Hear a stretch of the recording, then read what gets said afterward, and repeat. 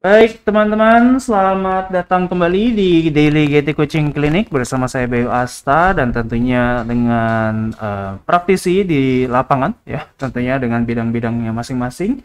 Kita selalu online ya, insya Allah online ya, kadang-kadang ada sih ya ininya. Ada offline ya? Ada bukan ada offline ya, kadang-kadang mohon maaf gitu nggak Oh, jadi karena satu atau ditunda. dua. Iya.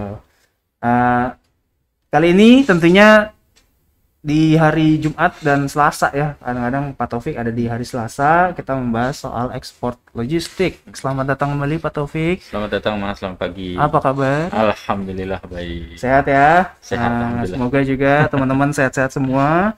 Nah, kalau kita ngomong kesehatan tentunya ya saya tidak lupa ya mengingatkan teman-teman untuk selalu mengikuti protokol kesehatan yang sedang berlaku saat ini, yaitu adalah 5M ya. Kemarin sempat Mas O yang bilang ya 3M aja gitu. Oh, sekarang 5M Mas O gitu. Emang bener 5M itu. Jadi kalau 3M aja ternyata nggak cukup. Nah, 5M ini apa? Yang pertama menggunakan masker, cuci tangan dengan sabun dan air mengalir, menjaga jarak satu sama lainnya, menghindari keramaian, dan yang terakhir adalah mengurangi mobilitas dan interaksi ya. Nah, teman-teman, kita live saat ini ada di Telegram ya, di channel Telegram, diskusi apa pertanyaan teman-teman bisa nanya di grup diskusi di Telegram juga. Semua link ada untuk yang di YouTube nih.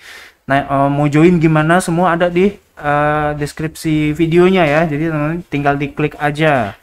Untuk teman-teman yang di Telegram masih bisa juga melihat replaynya in case tadi membahas apa ya gitu atau ada satu hal yang kita lupa. Jangan khawatir, replaynya ada di YouTube di channel Getty Incubator.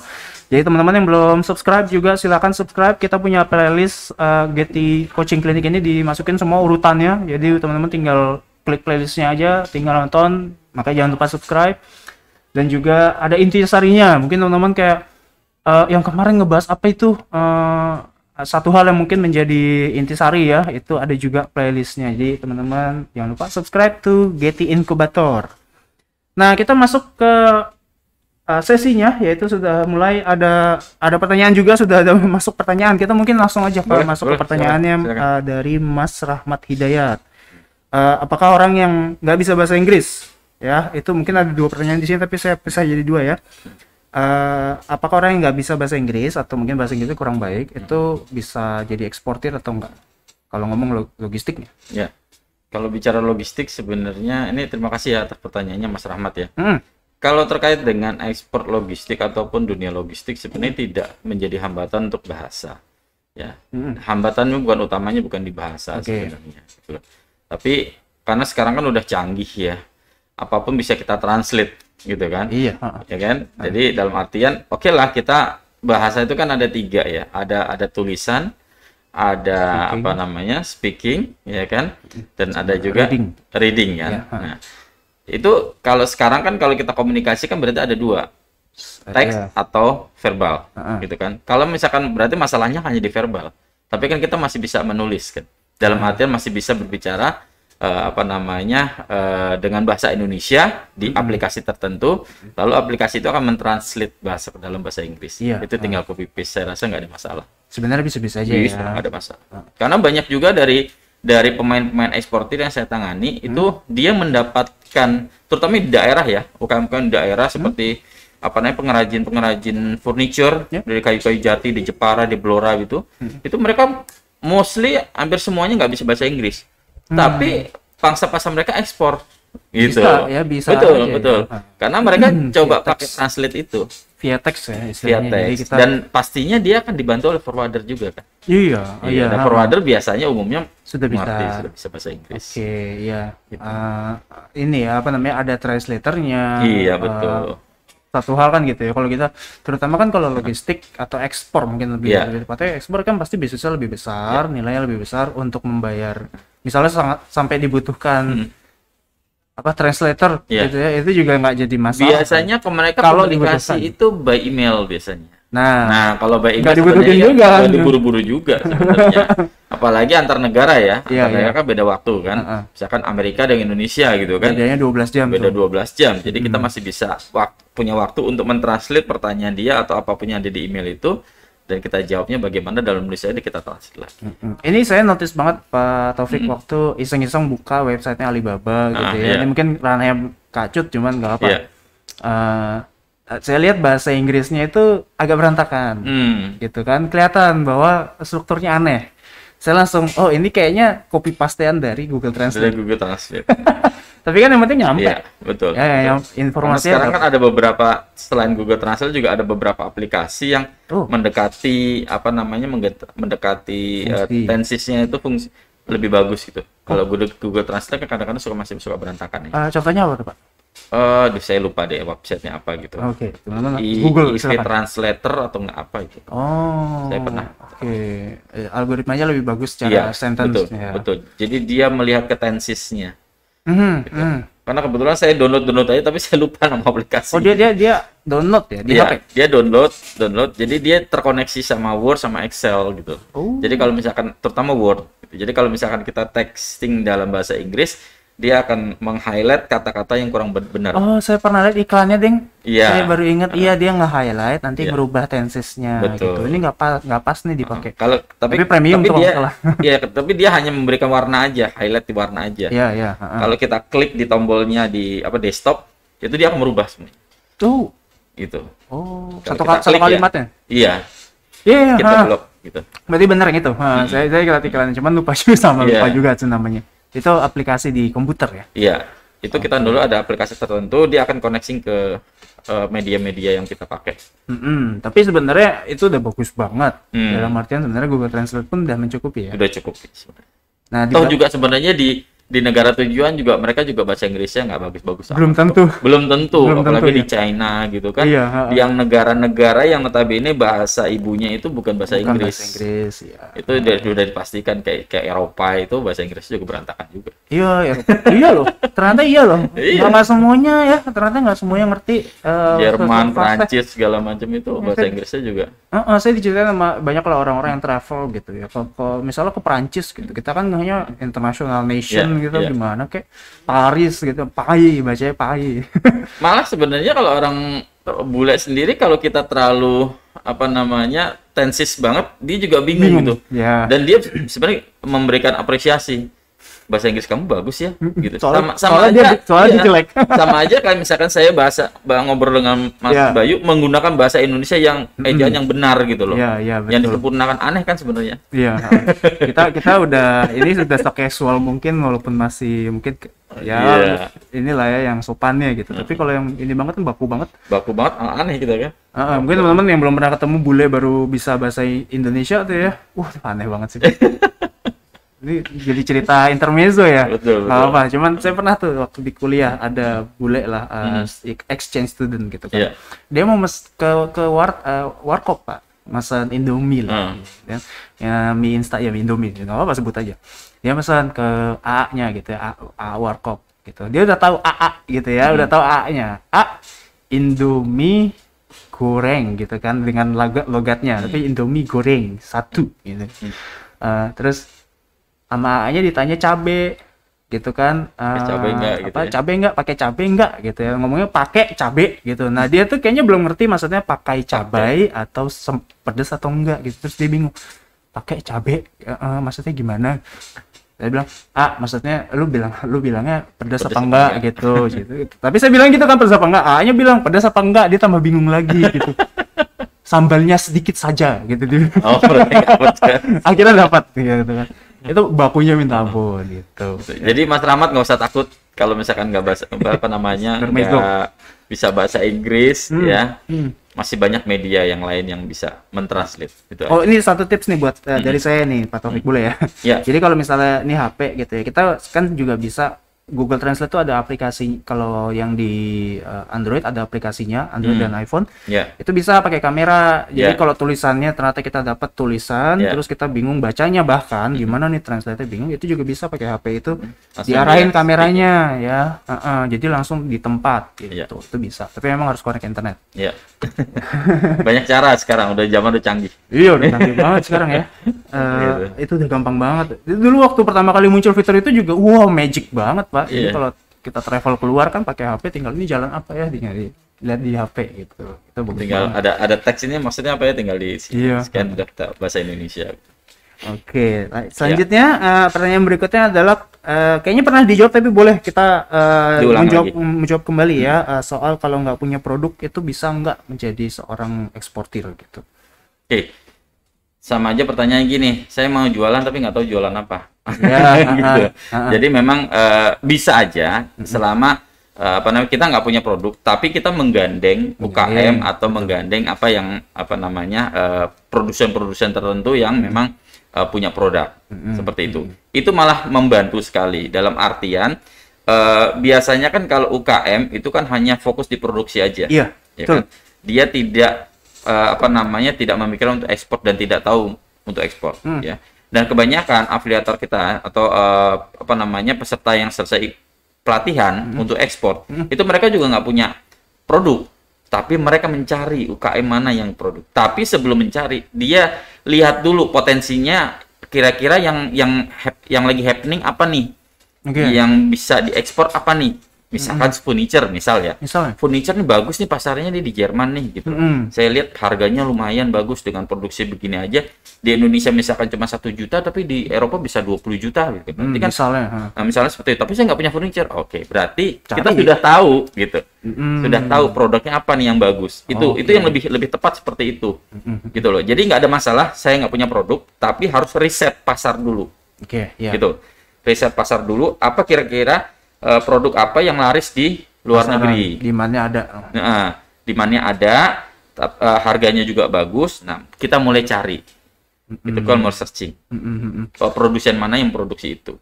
Mungkin sebelum nyari bisa juga nggak Pak? Kalau kita masukin stepnya, kita riset soal peraturannya dan macam-macam gitu. Nggak ada masalah. Tapi ininya bukan di bukan di peraturannya yang didulukan, tapi produknya dulu.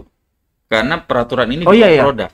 Maksudnya kan gitu. Kita udah nemu nih. Misalnya, saya mau furniture deh. Nah, terus furniture ini peraturannya kayak apa ya? Iya. Gitu. Baru kita. Jadi step by step-nya. Soalnya kan bisa aja ya Pak ya. Saya mau furniture, tapi ternyata peraturannya buat saya ribet gitu. Iya. Sebelum saya nyari ke. Iya betul. Saya nyari ke UKM. Jadi dalam artinya kita kalau di sesi pelatihan saya itu saya arahkan untuk kita planning dulu di atas kertas dulu lah semuanya. Biaya produknya apa, biayanya apa, peraturannya bagaimana, demand-nya bagaimana, ya kan prosesnya bagaimana. Itu kita taruh dulu di atas meja dulu gitu loh. Begitu memang visible, possible dan reasonable dan profitable, baru kita cari. Seperti itu. Kayak kita juga udah nyari pun udah punya harga patokan misalnya. Iya betul. Ya jangan kan saya mau istilahnya mau jual tadi 20 juta gitu. Modalnya targetnya jangan lewat dari 5 dong gitu ya misalnya, karena nanti ada biaya ini itu gitu ya. Jadi memang nggak ada masalah kayak tadi bahasa tidak ada masalah, tidak punya produk tidak ada masalah, tapi yang terpenting adalah planning kita. Iya. Gitu. Planning kita mau ngapain nih? Gitu, nih seirama ya teman-teman dengan kemarin kan sesinya saya Pak. Special edition cerita. Oh gitu ya. Yang Mas O ya. Iya, yang waktu Mas O itu jadi narsumnya. Sekarang Mas O balik ke belakang, kembali ke tugas utamanya. Kita sebelum bisnis rencana dulu sama ya, ekspor juga kita rencanain dulu. Jangan tiba-tiba wah ini produknya bisa dijual, tahu dari mana kan belum tentu. Jualnya kemana beda-beda. Organizing dulu ya. Dan controlling. Ya karena kan skala besar ya masalahnya. Betul. Kita nggak bisa cuma satu. Maksudnya bukan kenapa? Bisa aja sih cuma karena padat modal Mas. Salah perhitungan rugi gitu. Iya. Ekspor itu padat modal. Iya sih ya. Ya. Skala gimana? Belinya nggak cuma satu. Misalnya kalau meja nggak cuma satu, nggak mungkin. Nah ini kalau problem. Dan kalau gagal ekspor itu lebih pahit, jatuhnya lebih pahit. Ibaratnya maju kena mundur kena. Iya kemarin diterusin kan rugi, kita sudah keluar uang untuk freight-nya, dikembalikan juga kita yang menanggung juga, jadi 2 kali freight gitu. Tapi ini untuk si forwarder. Kita kan forwarder nggak tahu menau. Oh forwarder nggak tahu menau soal ini, kita yang kena ya? Iya betul. Semuanya eksportir yang menanggung. Oh, kemarin saya pikir forwardernya. Kemarin apa ya? Dia kan hanya jasa aja, memberikan jasa untuk memberangkatkan. Setelah itu dia akan charge atas jasanya tersebut.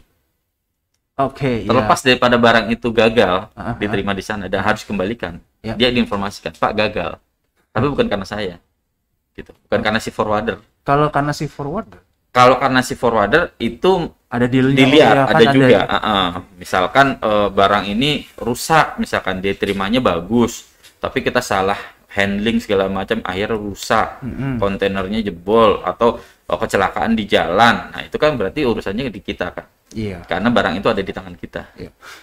Again, balik ke kontraknya seperti apa. Betul. Ya. Jadi ke forwarder pun jangan cuma Iya. ngasih barang. Betul. Kayak kemarin saya juga pernah diklaim juga oleh, kebetulan saya pegang shop ya, shop elektronik. Barang impor, satu kontainer alat elektronik semuanya di tol kecelakaan. Oke. Kecelakaannya itu Ini udah di Indonesia. Udah di Indonesia, sudah di tol Cakung. Jadi pas tikungan itu dia kecelakaan, head trucknya itu hancur, terguling, drivernya meninggal karena kegencet, dan kontainernya itu ringsek.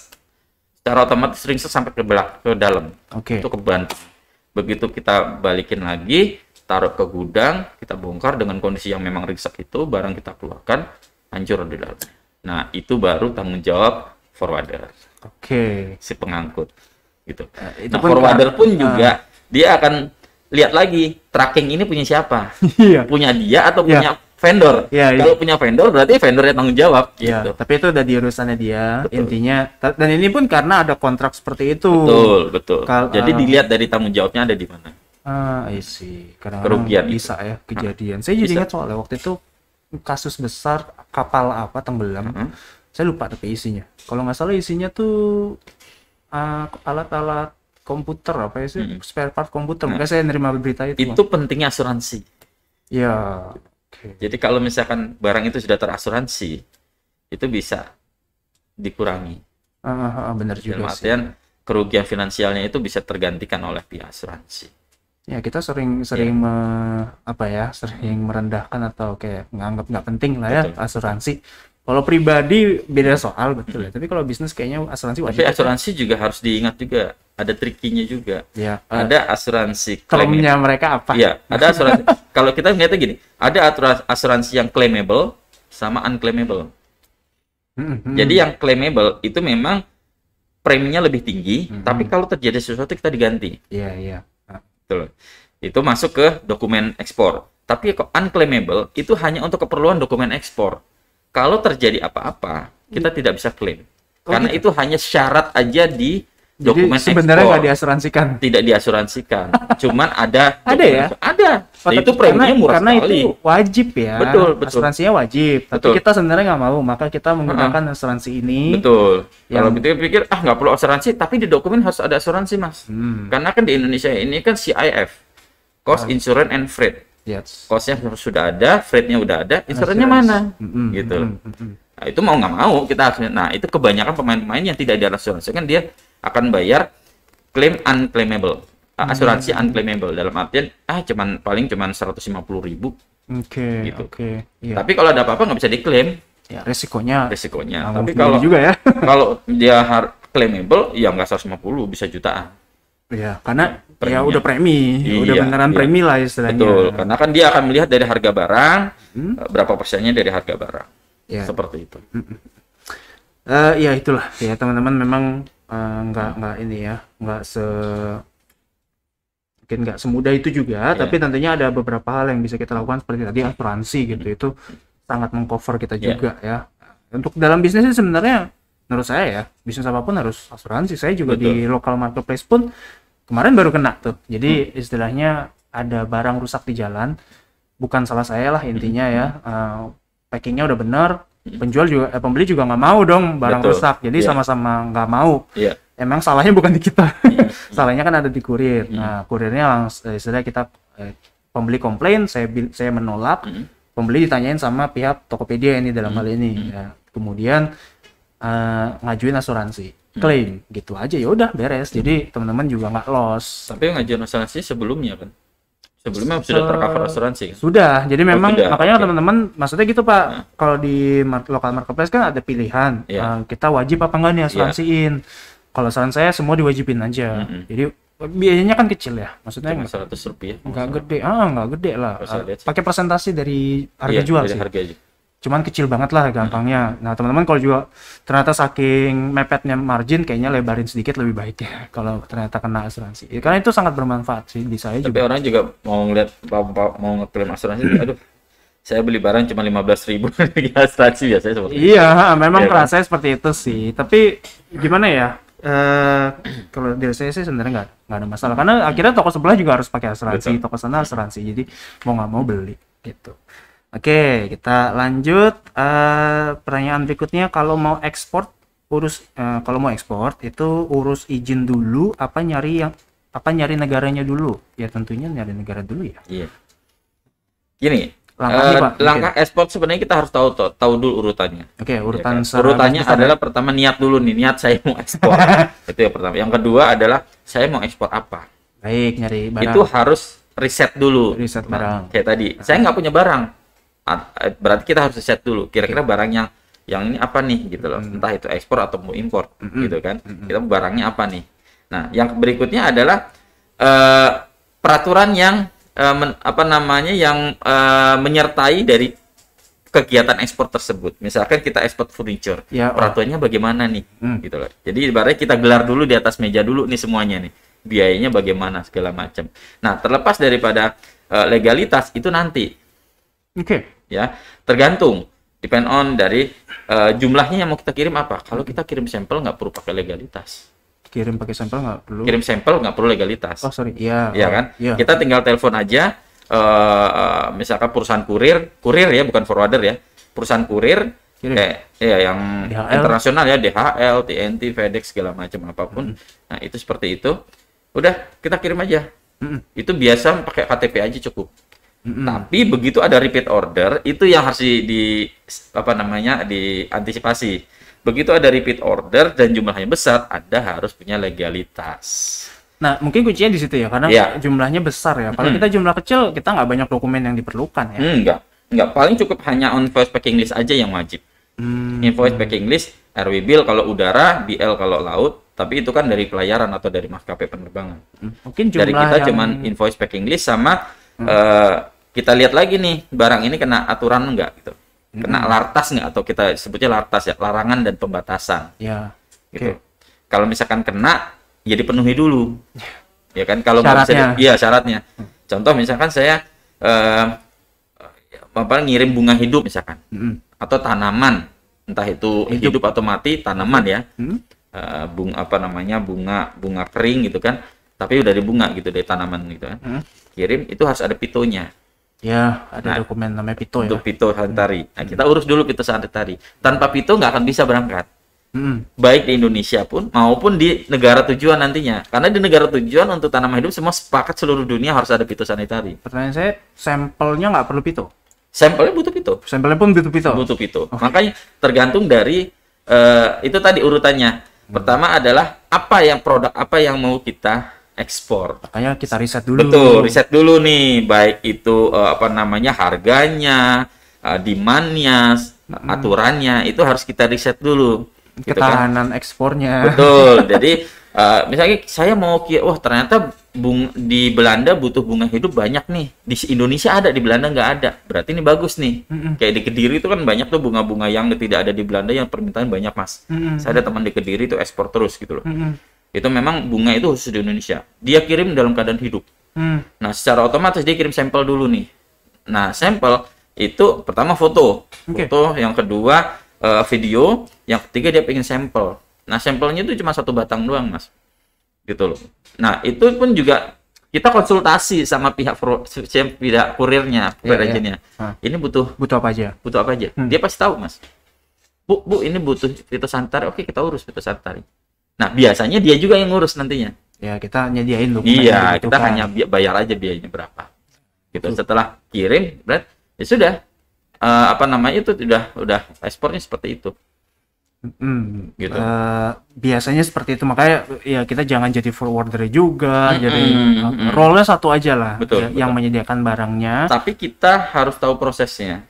Proses apa nih? Proses ekspornya. Oh iya, gitu. Oh, iya dong. Kita tidak perlu menguasai karena itu nanti kita serahkan ke pihak ketiga. Karena kalau kita nggak menguasai kayak gitu, nanti diminta pito tuh apa, Betul. butuhnya apa. Hanya nanti... sampai di situ aja dalam artian, kalau saya kirim bunga berarti saya butuh fitosanitaris. Ngurusnya di mana? Di karantina. Siapa yang ngurus? Ya pihak kurir aja yang ngurus. Iya, iya, benar. Jadi kita siap apa yang dibutuhkan. Betul. Gitu. Pastinya nanti akan pihak kurir akan, Bu, butuh invoice, Bu, buku English, Bu, butuh ini, butuh ini. Nah, itu aja kita. Oke, jadi kalau pertanyaannya urus izin dulu atau nyari negara, kita riset dulu produknya butuh Karena apa. kalau ditanya izinnya, kalau ekspor ke luar negeri izinnya apa? Nah, Bapak mau kirim apa kan gitu? Ya, dan kemana? Iya. Gitu sih. Jadi akhirnya malah nyari negaranya dulu ya? Iya, pertama produknya dulu dan negaranya dulu. Produknya dulu, baru kemudian negaranya. Atau bisa juga negaranya dulu. Ya, misalkan gini, saya punya, tapi konteksnya saya udah punya produk gitu. Kayak misalkan saya punya gula aren misalkan. Nah, gula aren ini lakunya di mana? Nah, gula aren ini lakunya di mana nih? Gitu kan. Ini kan produk ini kan berarti pengganti gula nih. Nah, berarti cocok untuk diabetes ya. Nah, saya cari googling tuh. Amerika. Negara yang penderita diabetes tertinggi. Amerika. Gitu. Ya. Amerika contoh atau Jerman. Ya sudah berarti negara tujuannya ada Jerman. Gitu. Caranya bagaimana masukin ke sana Amerika? Harus ada FDA misalkan. Kita urus FDA-nya. Makanya di riset lagi. Betul. Ya. Jadi memang semuanya kembali lagi ke produk dulu. Produk dan negara. Udah ini dulu deh. Begitu udah tahu baru runutan ke bawahnya kelihatan. Udah jelas ya maksudnya kayak dicari dulu benang merahnya dulu. Benang merahnya apa? Dua, negara dan produk. Nah, kalau tadi kan kita ngomong soal penjualannya, pertanyaan berikutnya nih. Kalau ngomongin promosinya gitu ya. Jadi mungkin ini pertanyaan yang lebih cocok kalau ke sesinya Kak Cut itu global marketplace ya, tapi mungkin boleh Pak Taufik dari scope-nya sebagai logistiknya gitu ya. Kalau promosi sih sebenarnya jujur saya kurang menguasai ya kalau terkait promosi, karena itu kembali lagi kan ada ilmunya tersendiri ya.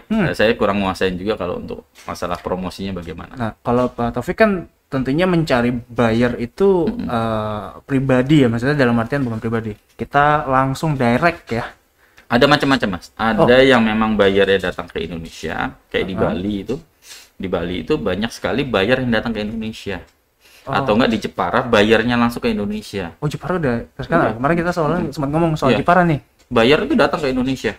Dia nyari, milih. Saya mau spek begini. Wah, itu udah enak tuh. Gitu. Ada juga kita mencari melalui platform Alibaba. Ya, bisa. Ya kan? Ada juga kita jemput bola ke sana. Oh, ke negaranya. Ke negaranya. Cari yang mau mana gitu. Misalnya gini, saya punya saudara lah di Belanda gitu loh. Di sana kebutuhannya apa sih? Gitu. Harganya berapa sih? Nah, itu dia udah potensi itu sebagai buyer. Ada diaspora ya, mungkin diaspora, via diaspora. Atau lewat pameran, macam-macam. Ya, mungkin teman-teman belum tahu diaspora ini apa. Nah, kalau orang luar negeri ke kita namanya expat. Kalau orang kita keluar namanya diaspora. Gitu. Jadi diaspora itu adalah expat di negara sana. Betul. Ya. Via diaspora kita cari channelnya lah. Betul. Tapi tentunya kan ini direct Pak. Maksudnya kita nggak, karena pertanyaannya adalah bisa nggak promosinya lewat Instagram gitu ya? Ya bisa, tergantung daripada follower Anda sendiri. Kalau follower Anda orang-orang Indonesia ya susah untuk itu. Tapi umumnya adalah kita direct kan? Betul, direct. Kita harus jemput bola Mas, gitu loh. Karena kalau kita ngandelin website nggak akan keangkat. Website pun harus tepat, misalkan Alibaba. Nah, kalau kita website kita bikin sendiri websitenya, tapi kalau kita nggak tahu cara ngangkatnya, SEO-nya bagaimana, di search engine-nya, ya kan, nggak akan ketemu. Saya ingat kalau ngomongin website ya, tentunya website diperlukan untuk portfolionya. Betul. Gitu ya. Betul. Baru kita cari promosi sebenarnya. Bukan untuk promosi. Kita sebenarnya udah dapat orang, calon-calon pembeli, tapi kemudian ibaratnya gini lah, kalau website itu sebagai brosurnya. Nah, ya. Nanti mau dibagiin kemana? Iya, mau dibagiin kemana. Nah, mau dibagiin kemana itulah kegiatan kita untuk aktif ikut pameran. Iya. Begitu kita ketemu buyer misalkan, Mas Bayu, orang Jerman misalkan.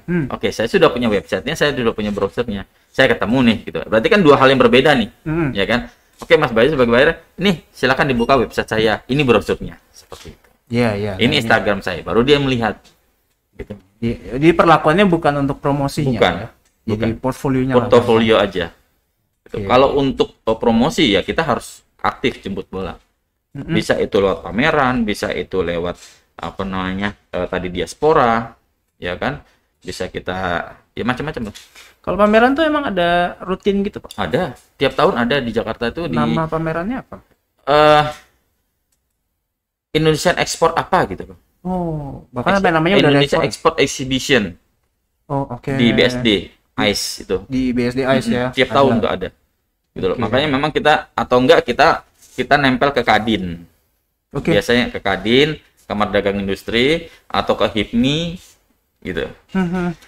Itu biasanya Komunitasnya komunitas, ya. bener. Komunitas kita nempel ke sana. Nempel ke sana, atau kita ikut ke apa namanya, ke Disperindak, dinas-dinas gitu kan, Ya, terkait dengan dinas-dinas bisa ya. promosi gitu.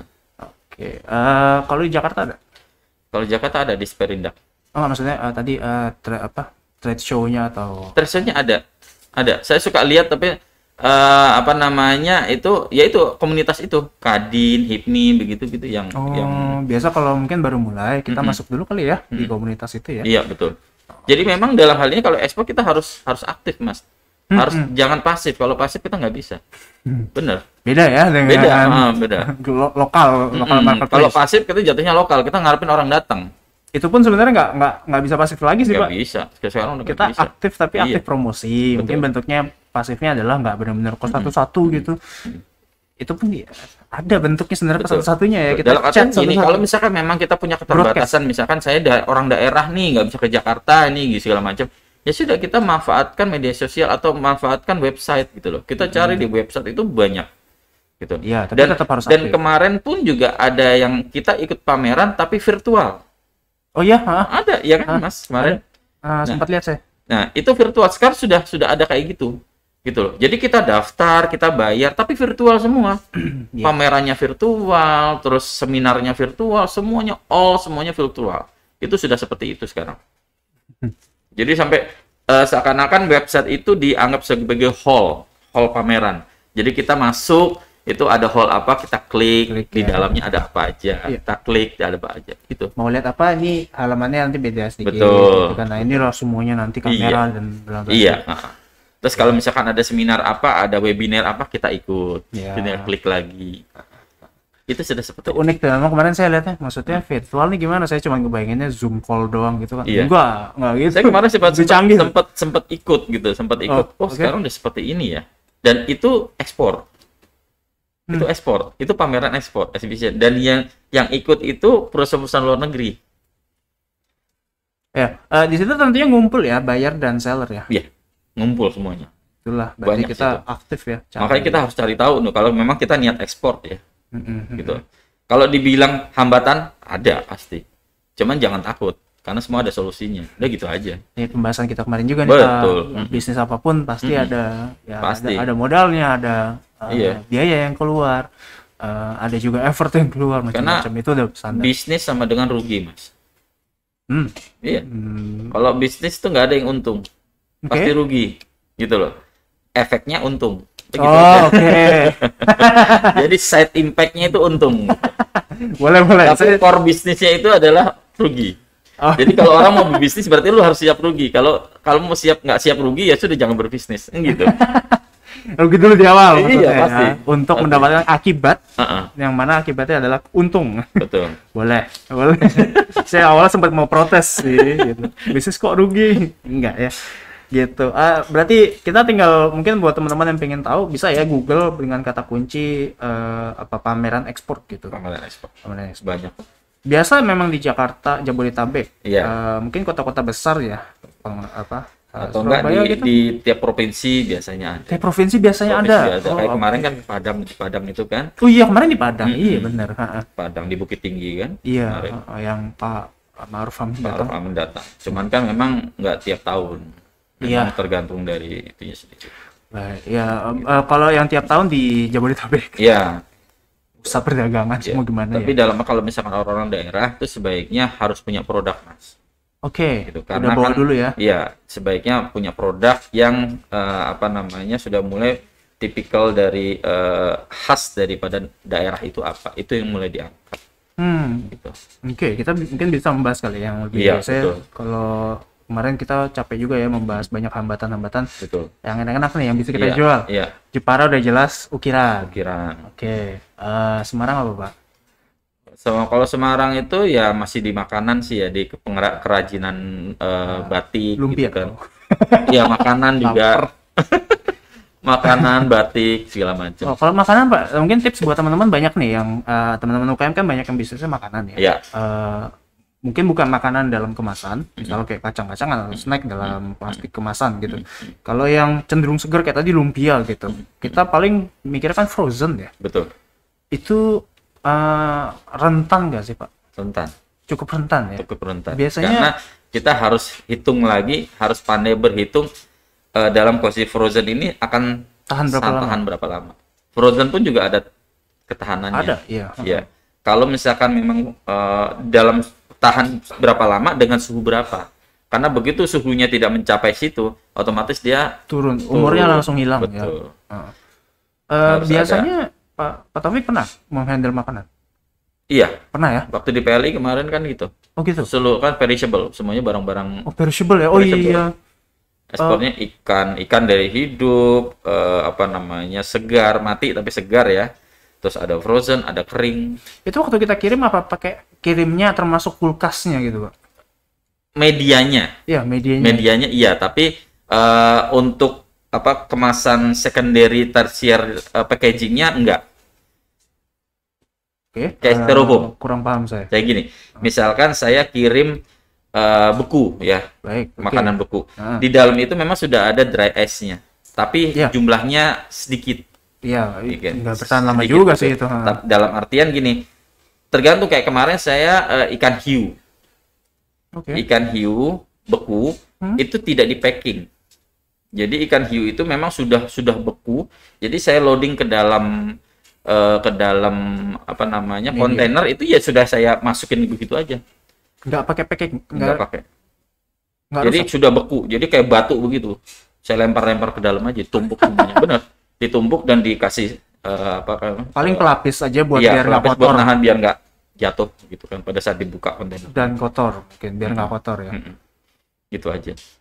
Itu kan hiu ukuran segini Mas. Bisa bayangin kalau misalkan kita pakai styrofoam.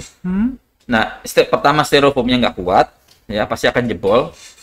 Ya kan? Yang kedua space-nya juga pasti akan berkurang. Makan banget. Iya, makan space. Kalaupun kuat kita harus akhirnya saya lakukan ya udah curah. Kalau curah kan lebih banyak saya. Iya. Tonasenya. Karena kan saya bayarkan tonase kan. Tonase itu berapa?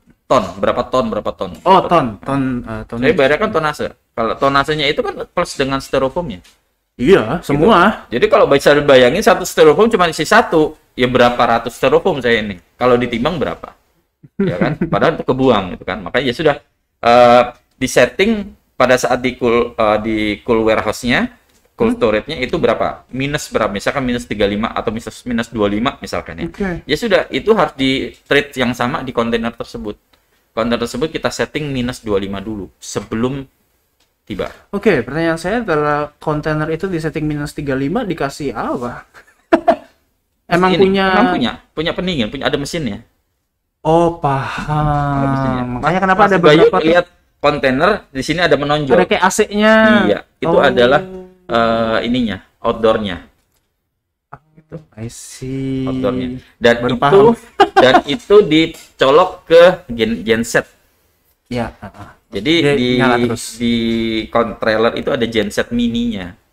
Di dalam di luar. Container. Jadi antara head tracking dengan kontainer di sini kan ada celah tuh.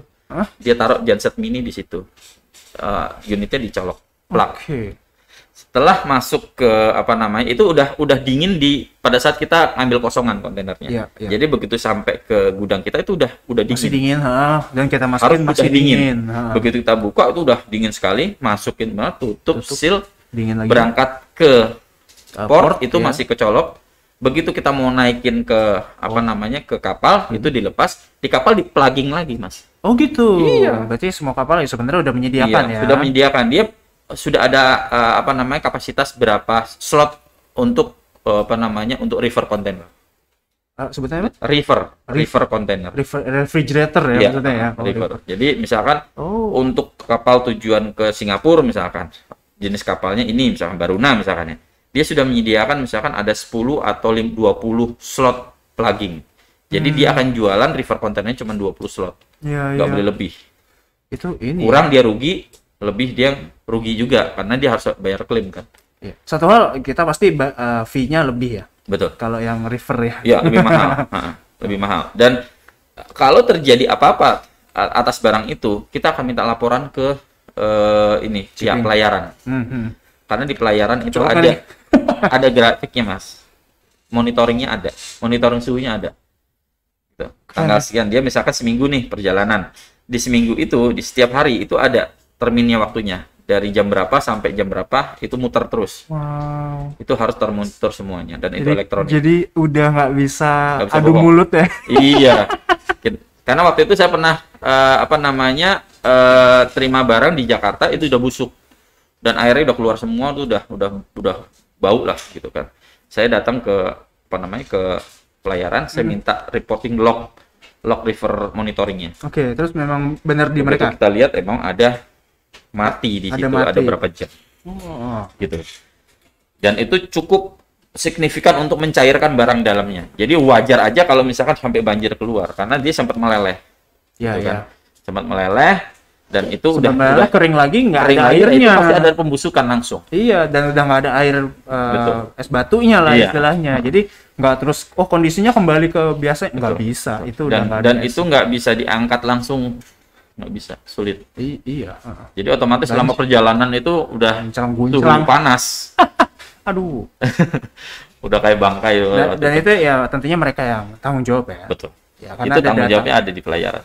Ya, kemarin saya juga soal sama ya cerita di marketplace kan kita adu mulut dulu. Bukan adu mulut sih, cuman kayak ini barangnya nyampe rusak gitu. Terus saya bilang barangnya kita berangkatin sehat gitu. Jadi kan saya ada adu mulutnya. Terus gimana nih yang terjadi di tengah jalan? Nggak tahu deh, pokoknya rusak gitu kan. Asumsinya antara kebanting atau ya something lah. Dan eksportir juga harus hati-hati untuk mengantisipasi klaim pada saat misalkan kalau main kontainer ya Mas ya. Biasanya saya mengarahkan pihak eksportir selalu pada saat kontainer tiba di gudang, tolong foto. Iya. Foto kondisi kontainernya, karena penyok aja klaimnya ke kita Mas, gitu. Jadi pada saat kita terima kontainer itu saya minta untuk foto depan belakang kanan kiri atas bawah sama dalam, bagian dalam, iya sama. Gitu. Ini juga di lokal juga, ini sih Pak Taufik. Saya juga makanya tiap ngirim barang ada dokumentasinya Mas. Iya, tiap ngirim barang ada dokumentasinya. Ini sebelum di packing, ini setelah di packing, sampai sana. Bilang ini rusak ya kasih fotonya minimal. Betul. Kan gitu sama itu sempat terjadi pada saat saya ekspor 5 kontainer batu dolomit. Batu dolomit itu batu gamping, batu kapur, tapi pada saat dimuat ke dalam kontainer itu sudah di packing bagus pakai kayu, sudah tertata. Begitu sampai di Cina hancur karena goncangan aja. Betul. Itu pada saat saya foto itu dalam kondisinya bagus semua. Itu diterima, dibuka, hancur, ya sudah. Tanggung jawab di dia ya? Pelayaran. Memang kita asik sih kalau ngomong ekspor. banyak cerita dan ceritanya unik-unik. Ya mungkin sayangnya ditutup dengan cerita yang gak enak. Tapi kan tanggung jawab di dia ya? Iya, makanya itu butuh tanggung jawabnya ada di mana, asuransi juga tanggung jawab. Yuk kita perhatikan dealnya gimana. Untungnya kemarin diasuransikan jadi udah nggak terlalu ribut. Iya, harus segitu ya. Oke, thank you Pak Taufik. Sama-sama. Kita teman-teman juga emang kalau cerita ekspor tentunya panjang dan macam-macam menarik semua ya, studi kasus buat kita, bahkan nggak cuman untuk teman-teman yang mau ekspor, yang mau lokal marketplace juga kita bisa contoh juga ya. Kan nggak teman-teman bisa aja nih ternyata jualan lihat tadi misalnya frozen food kan juga ya kita kirim ke Surabaya, nggak bisa kita kirim gitu aja ya, harus ada something lah untuk menahan tadi kualitasnya. Nah teman-teman kalau masih ada pertanyaan jangan khawatir, tentunya kita akan ketemu lagi dengan Pak Taufik ya. Nah, kalau Pak Taufik jadwalnya antara hari Selasa atau hari Jumat. Untuk di Agustus nanti sebenarnya masih planning jadwal nih teman-teman. Nggak apa.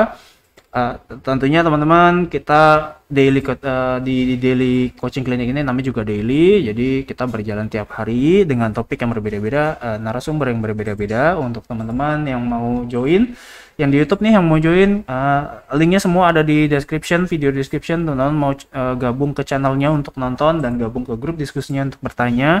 Untuk teman-teman juga yang sudah join, nanti mau nonton replaynya masih ada di YouTube Getty Inkubator gitu. Nah kalau teman-teman mungkin mau belajar ya dengan Pak Taufik, atau dengan narasumber yang lainnya juga, tentunya teman-teman bisa mendaftar di Get Inkubator. Masuk dulu mungkin ke salah satu grupnya bisa, atau DM saya langsung bisa, atau mungkin komentar pun dulu bisa di YouTube, dan kita juga akan memberikan link-link kelasnya yang sedang kami buka ya gitu. Jadi silakan untuk teman-teman yang mau join. Nah, sebelum mengakhiri tentunya saya mengucapkan terima kasih kepada teman-teman dan juga Pak Taufik ya. Ya, sama-sama Mas Bayu. Sudah selalu sharing nih, banyak banget yang kita bisa pelajarin. Tentunya masih padat sekali kalau ngomongin ekspor, banyak yang bisa. Banyak banget yang bisa kita bahas. Masih kulitnya dulu. Iya, ini baru kulit-kulitnya doang gitu. Nantinya kan ada hal-hal yang lebih mendetail di dalam ya Pak ya. Itu udah macam-macam. Nah, jadi teman-teman thank you again, dan Pak Taufik juga terima kasih banyak. Kita ketemu lagi minggu depan insya Allah. Sebelum mengakhiri teman-teman, saya selalu mengingatkan lagi ya untuk selalu mengikuti protokol kesehatan yang sedang berlaku saat ini, yaitu adalah 5M. Pertama, menggunakan masker, lalu mencuci tangan dengan sabun dan air mengalir, jaga jarak satu sama lainnya, menghindari keramaian, dan yang terakhir adalah mengurangi mobilitas dan interaksi. Jadi semoga segera nih hilang ya pandeminya. Bisnis apapun kalau lagi pandemi kemarin hancur-hancuran ya, logistik bahkan kan sempat ya kita cerita berhenti total. Saya juga dengar tuh beritanya banyak lah kapal nggak bisa berangkat juga. Nggak bisa. Kalaupun berangkat juga harganya udah reasonable. Iya, karena dia sendiri. Iya. Dia bayar satu kapal untuk ngirim itu. Jadi beda lah ya teman-teman. Makanya kita saling membantu biar nggak ada pandemi lagi. Again, thank you, dan saya ucapkan salam. Assalamualaikum warahmatullahi wabarakatuh. Waalaikumsalam warahmatullahi wabarakatuh.